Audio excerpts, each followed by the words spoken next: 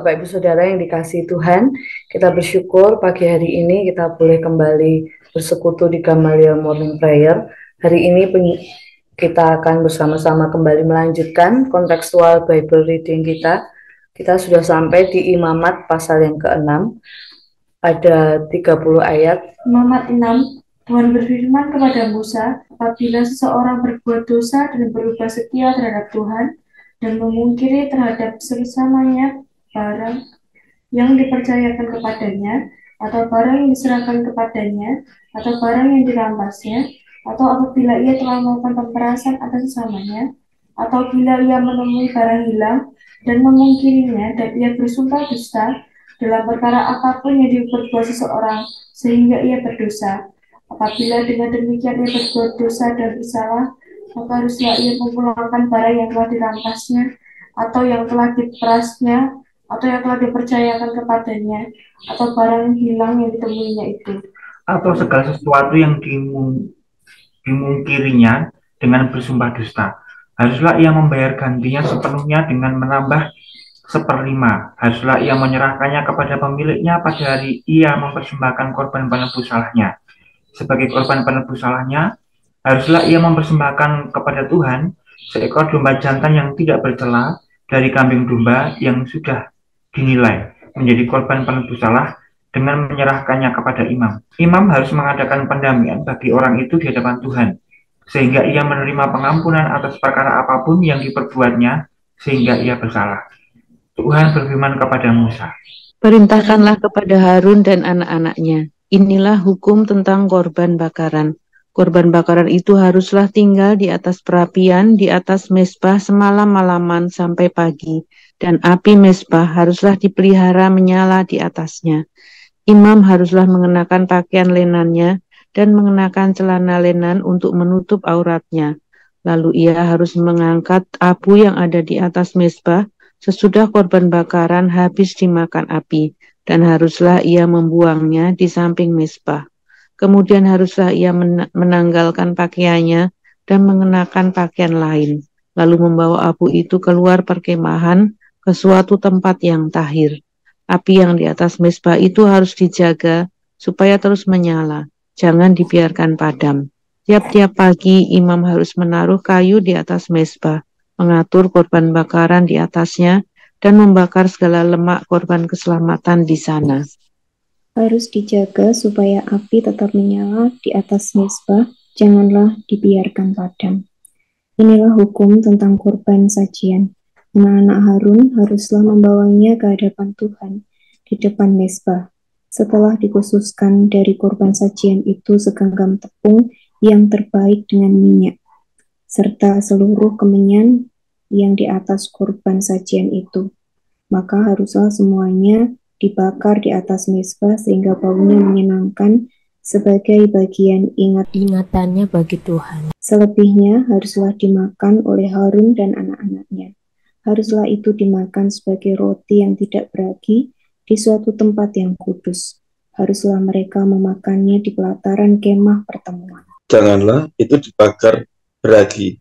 Telah kuberikan itu sebagai bagian mereka daripada segala korban api-apianku. Itulah bagian maha kudus, sama seperti korban penghapus dosa dan korban penghapus salah.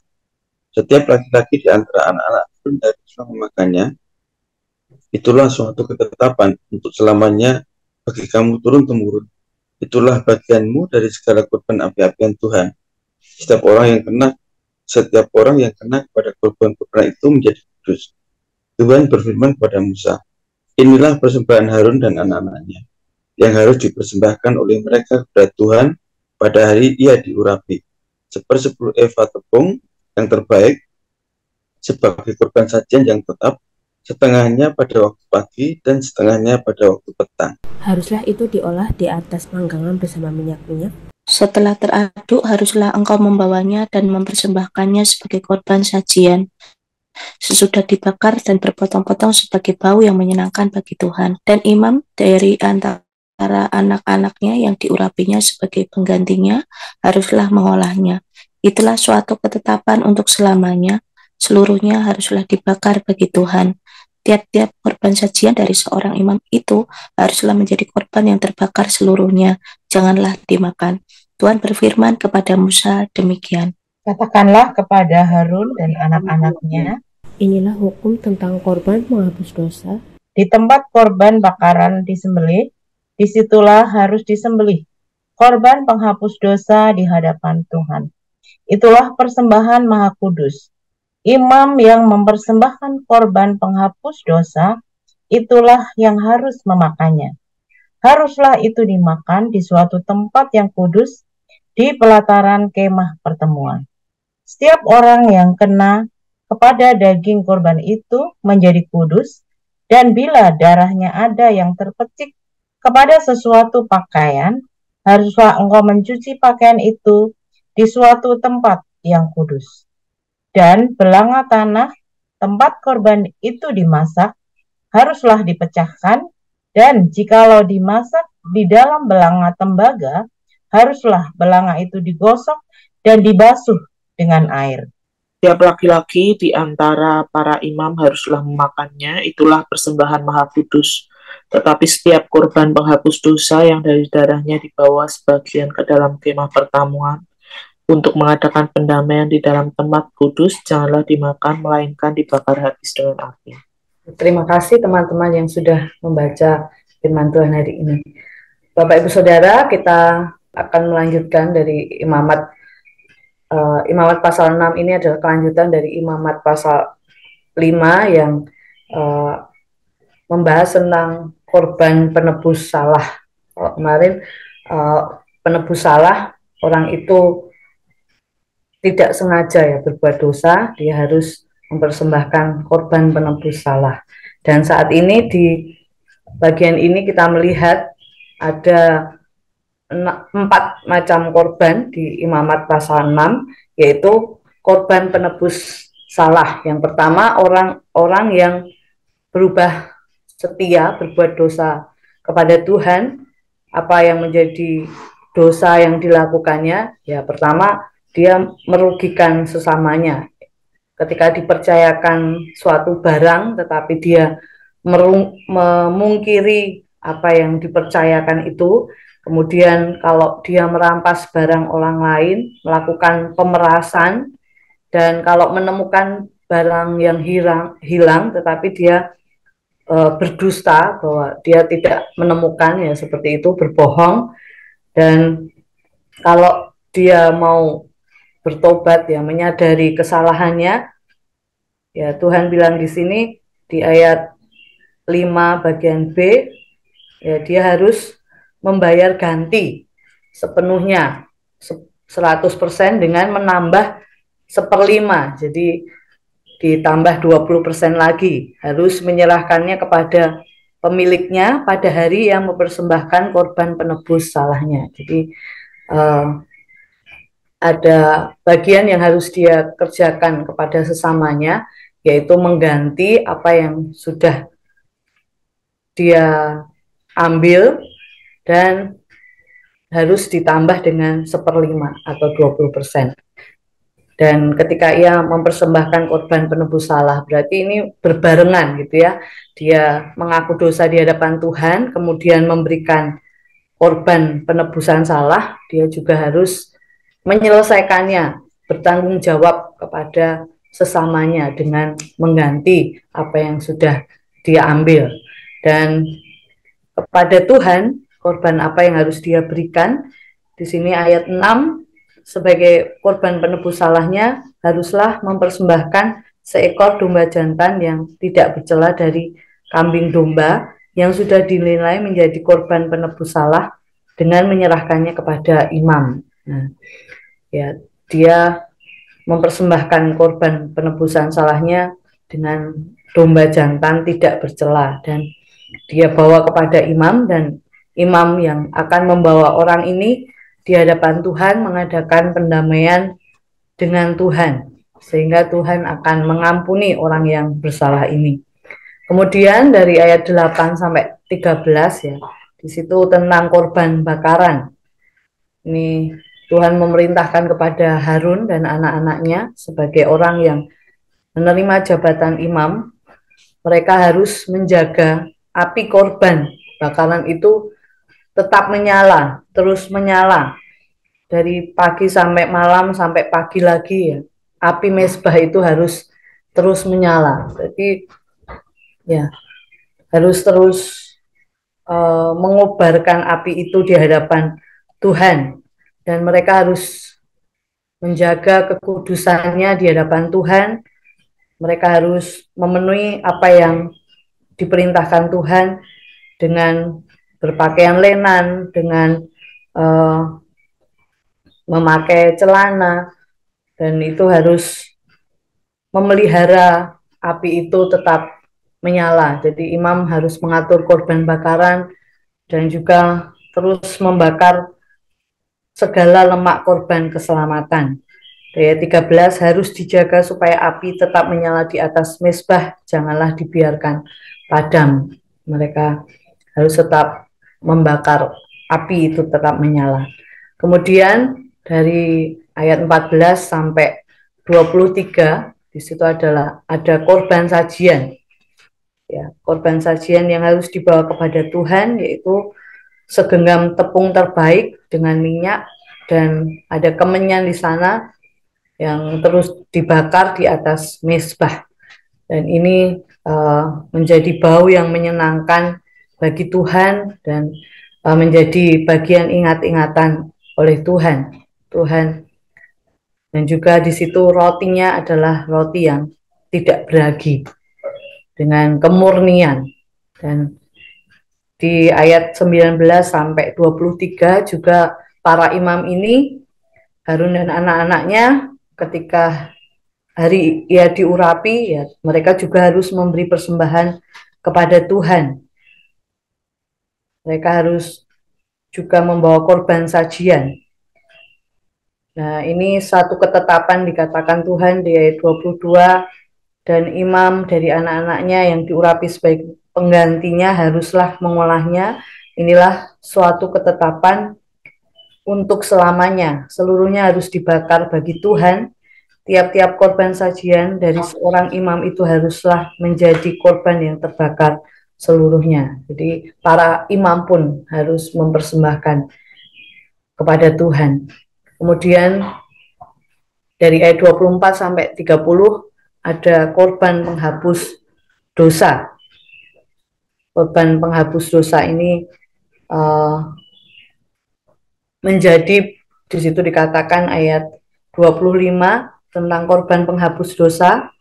Di tempat korban bakaran disembelih, disitulah harus disembelih korban penghapus dosa di hadapan Tuhan. Itulah persembahan Maha Kudus. Nah, persembahan korban penghapus dosa ini disebut sebagai persembahan Maha Kudus. Bahkan orang yang kena padanya atau ya barang yang kena kepada korban ini menjadi kudus. Dan kalau orang yang kena kepada daging korban itu menjadi kudus, ayat 27, dan darah yang terpercik pada pakaian atau sesuatu ya harus dicuci di tempat yang kudus juga. Dan kita melihat betapa kudusnya Allah kita. Dan kalau belang yang dipakai untuk memasak korban ini dari tanah liat harus dipecahkan. Kalau dimasak dengan tembaga harus digosok, kemudian dibasuh dengan air. Dan para imam diperkenan untuk memakan korban itu juga di tempat yang kudus. Nah, inilah korban-korban yang ditampilkan di imamat sebagai tipe, dan akhirnya di dalam perjanjian baru Tuhan Yesus Kristus menggenapi korban-korban ini karena dia adalah korban yang sempurna, tanpa cacat, tanpa dosa, dan dia juga adalah imam besar kita yang mampu menghapuskan dosa seluruh umat manusia. Kita bisa lihat di Ibrani pasal 8 sampai 9 itu betapa ya di situ dijelaskan tentang korban yang sempurna, dan Tuhan Yesus adalah imam besar yang agung yang menghapuskan dosa seluruh dunia. Apa yang bisa kita pelajari hari ini, amanat teksnya ya, bahwa Allah itu mengasihi orang-orang berdosa, mereka yang tadi sudah berdosa merugikan orang lain. Ketika mau mengakui dosanya, datang kepada Tuhan, ya melalui korban penebus salah, korban penghapus dosa, ya Tuhan mengampuni mereka. Dan aplikasinya bagi kita, apakah saya dan saudara mau mengakui dosa di hadapan Tuhan dan juga mau hidup diperdamaikan dengan Allah melalui Yesus Kristus. Biarlah renungan kebenaran firman Tuhan pagi hari ini menjadi berkat untuk kita semua. Selamat pagi, Tuhan Yesus memberkati. Ya, terima kasih. Kita sambut renungan pagi ini dengan ku bersyukur Bapa, ku bersyukur Tuhan. Biarlah kita terus mengucap syukur.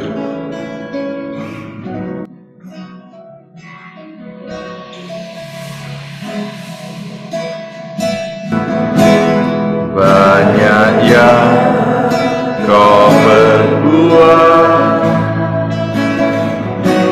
di dalam hidup,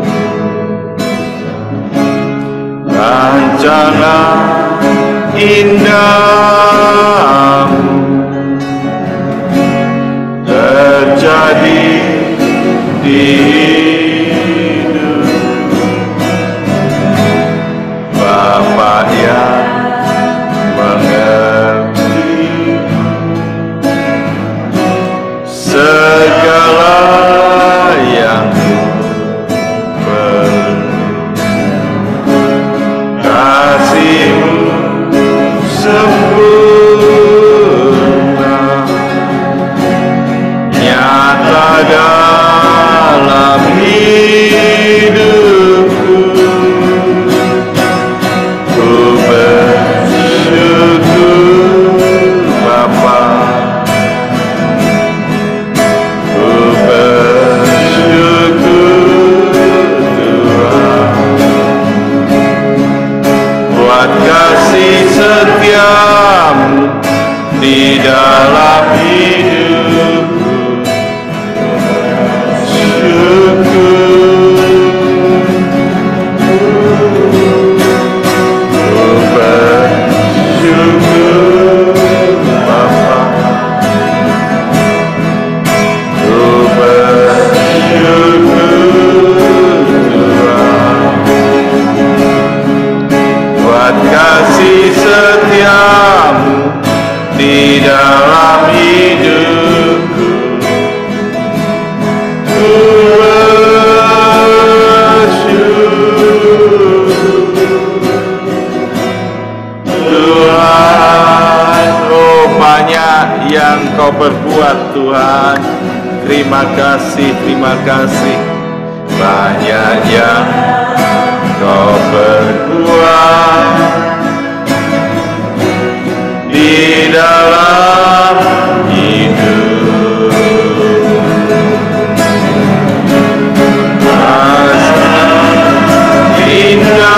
Indahmu dari hidupku. Apa yang mengerti segala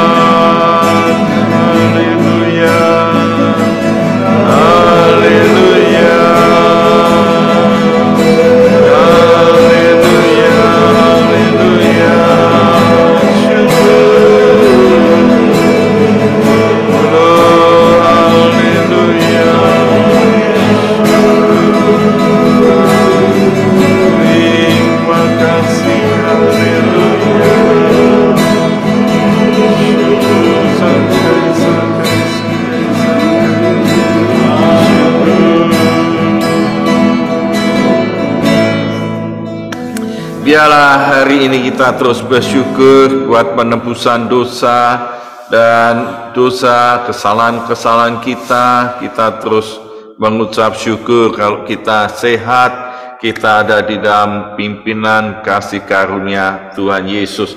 Kita bersyukur bersama-sama. Tuhan, terima kasih Tuhan. Pagi ini kami terus mengucap syukur. Kami berterima kasih Tuhan Yesus karena kasih karunia anugerah yang terbesar buat kami semuanya. Tuhan, terima kasih kalau kami ada di dalam Yesus, diberi karunia penebusan dosa, pengampunan oleh karena korban Yesus yang ada di kayu salib yang sudah tercurah untuk aku, untuk kami semuanya. Tuhan, terima kasih. Kami terus ada di dalam pimpinan dan penyertaan Tuhan. Sehat semuanya, kami mengucap syukur dengan semua yang Tuhan berikan. Kebaikan-kebaikan semuanya, kami mengucap syukur. Terima kasih.